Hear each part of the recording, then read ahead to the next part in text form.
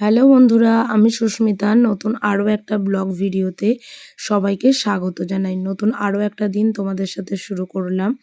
কে কোথা থেকে ভিডিওটা দেখছো এবং কেমন আছো অবশ্যই কিন্তু কমেন্ট করে জানিও। তো যেদিন এসেছি এটা হচ্ছে তার পরের দিন সকালবেলার ভিডিও। তো রোজ সকালবেলা ঘুম থেকে উঠে কিছু করি আর না করি 10 সেকেন্ডের জন্য হলেও দরজাটা খুলে আগে বাইরে এখানটাতে আসি। বেশ ভালো লাগে। সকালবেলা স্কুলের গাড়ি আসে, তারপর অনেক সবাই এখানে মর্নিং ওয়াক করে, হাঁটাহাঁটি করে থাকে, তবু দেখতে ভালো লাগে আর কি। তো এখানে সকালবেলা এসে একটু ব্রাশও করে নিই আর 1 মিনিটের জন্য হলেও এখানটা আর কি দাঁড়াই। তো তারপর তো বাড়ির সমস্ত কাজকর্মগুলো শুরু হয়ে যায় করা। যেমন এই দিককার দরজা খোলা, ওর দিককার জানালা খোলা। যেহেতু বর্ষাকাল সেহেতু রাত্রিবেলা জানালাগুলোকেও আর কি বেশ খানিকটা আর কি টেনে দিয়ে শুতে হয় যাতে জলের ঝাপটা না আসে আর কি। কারণ আমাদের রুমটা একটু ভেতর দিকে আর বাইরে বৃষ্টি হলে খুব একটা বোঝাও যায় না যে বাইরে বৃষ্টি হচ্ছে। তো যে কারণের জন্য জানালাগুলো অল্প একটু করে টেনে দিতেই হয় আর কি। তো আজকে সকাল থেকে আবার শুরু করেছি সেই লেবু জল খাওয়া। কারণ বাড়িতে গেলে আমার এই লেবু জল খাওয়া, গ্রিন টি সমস্ত কিছুই মাথায় উঠে যায়। তখন ওই রোজ সকালবেলা চিনি দেওয়া রচা, সন্ধ্যাবেলা চিনি দেওয়া রচা এইসব খেয়ে খেয়েই আর কি মানে দিনগুলো কাটে। আর এখানে থাকলে মনে হয় যে একটা নিয়মের মধ্যে থাকি আর কি। তো যাই হোক সেই কারণের জন্য সকালবেলা একটু লেবু জল করে নিয়েছি আর কি আজকে খাওয়ার জন্য। তো তারপর যেহেতু ছুটির দিন বড়মশাইয়ের ছুটি চলছে, তো রান্নাঘরটাকেও একটু ক্লিনও করতে হবে। তো ওই খেপে খেপে করা আর কি, যেহেতু রান্নাঘরে ৩ টে জায়গা রয়েছে, তো ওই জন্য মানে অল্টারনেট করে করছি। ১ম দিন এসেই দেখেছো যে রান্নাঘরের ওই যে স্ল্যাবটা বা ওর যেখানটা রান্না করি সেখানটা পরিষ্কার করেছি। তো আজকে এই জায়গাটা করব। আর পরের দিন করব হচ্ছে যেখানটা আমাদের গ্যাসটা আছে ওর নিচে যে আলমারি টাইপের করা রয়েছে আর কি, ওই জায়গাটাকে ওইখানটা পরিষ্কার করব আর কি।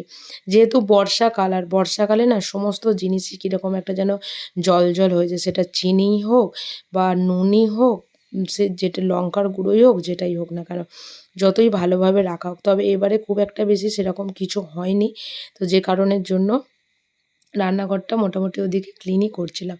করতে করতে হঠাৎ দেখলাম হাতের কাছে পাস্তাটা এলো। কারণ পাস্তাটা আমি রেখেই গেছিলাম, আর বড়মশাই খুব একটা পাস্তা করেও না। তো ওই জন্য সকালবেলা ব্রেকফাস্টের জন্য কী করব করে অনেকক্ষণ ধরে চিন্তাভাবনা করছিলাম এই কাজটা করতে করতে। তারপর যখন হাতের সামনে পাস্তাটা ঠেকলো তখন মনে হলো না, আজকে একটু পাস্তাই করি আর কি।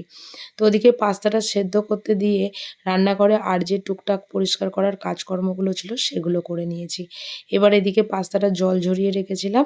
এবার এদিকটা পেঁয়াজটাও কেটে নিয়ে এবার পাস্তাটা বসিয়ে দিয়েছি। কারণ ঘড়ির কাঁটায় দেখতে দেখতে বাজে প্রায় হচ্ছে 9:30 থেকে 10টা। আর সকালবেলার খিদেটা পায় হচ্ছে ওই 9টা থেকে 10টা এরকম সময়ই আর কি। তো যাই হোক, ওদিকে বড়মশাই উঠে পড়েছে আর এদিকে পেঁয়াজ কাঁচা লঙ্কা ভাজা হয়ে গেছে আর একটু ডিম দিয়ে পাস্তাটা করব। আমার তো মনে হয় এই পাস্তার থেকে আমার ওই ঝুরঝুরে করে যে ম্যাগিটা করি ওটা খেতে বেশি ভালো লাগে আর কি।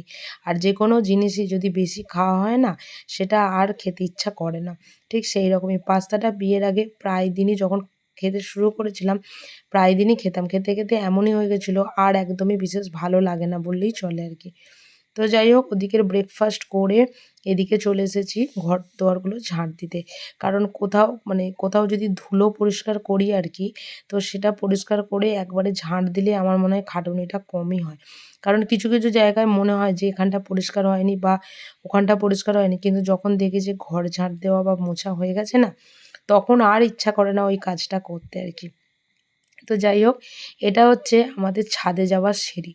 যেহেতু আমরা বাড়িটাতে ভাড়া থাকি আর আমরাও যেমন ওপরের সিঁড়িটা ব্যবহার করি, ওনারাও করে। কিন্তু পরিষ্কার করার দায়িত্বটা হচ্ছে আমার ওপরে। ওনারা কিছুই করবেন না, এরকম আর কি একটা ব্যাপার। তো যে কারণের জন্য ওই আ ১ম দিন এসে আর সেরকম বিশেষ কিছু করিনি। আর মোছামুছিও করিনি, কারণ প্রচণ্ড ধুলো। কারণ ধুলো অবস্থায় মোছামুছি করলে সেটা তো পরিষ্কার হবে না, উল্টে আরও একটু নোংরা হয়ে যাবে। তো যে কারণের জন্য ভালো করে ঝাঁট দিয়ে নিয়েছি। ২-৪ দিন পরে এই জায়গাটাকে ভালো করে মুছে নেবো আর কি। তো বাইরেটাও মোটামুটি ঝাঁট দেওয়া হয়ে গেছে। আর ধুলো তো বাইরে ফেলার কোনো জায়গা নেই আর কি। তো ওই বাইরের যে ডাস্টবিনটা রাখা থাকে সেই ডাস্টবিনের মধ্যেই আর কি রেখে দিলাম। তো এটা তো সবাই জানো যারা আমার ডেইলি ব্লগ দেখো, এটা হচ্ছে আমাদের নিচে যাবার সিঁড়িটা আর কি। তো ওটাও মানে 2-1 দিন ওরা হয়তো মুছিয়েছিল আর কি কাউকে দিয়ে। তো এদিকে সে কারণের জন্য এদিকটা পরিষ্কার করে নিচ্ছি। ঝাঁটি দেবো আর ঝাঁট দেওয়ার সাথে সাথে দেওয়ালে যতটা হাত যাচ্ছে সামান্য পরিমাণে একটু ঝুলও হয়েছিল সেগুলোকেও আর কি ঝেড়ে পরিষ্কার করে নিচ্ছি। তো মোটামুটি সারা মানে গোটা বাড়িটাই আর কি ওপর থেকে নিচ অব্দি আজকে ঝাঁট দিতে হয়েছে, কারণ প্রচণ্ড ধুলো ছিল। আর এদিকে ঘর দুয়ার মুছে এদিকে চলে এসেছি ঠাকুরের পুজো করতে। ঠাকুরের জায়গাটাও বেশ ধুলো পড়েছে, তবে সেখানটাকেও একটু পরিষ্কার করতে হবে। তবে সেটা আজ করব না, 2-1 দিন পরেই করব আর কি। তো যাই হোক, ঠাকুর পুজো এদিকে করে নিচ্ছি। চলো ঠাকুর পুজোটা আস্তে আস্তে করে নিই। তবে পুজোর জায়গাটাও আর কি চেঞ্জ করব, তবে সেটাও তোমাদের সাথে খুব তাড়াতাড়ি আর কি শেয়ার করব।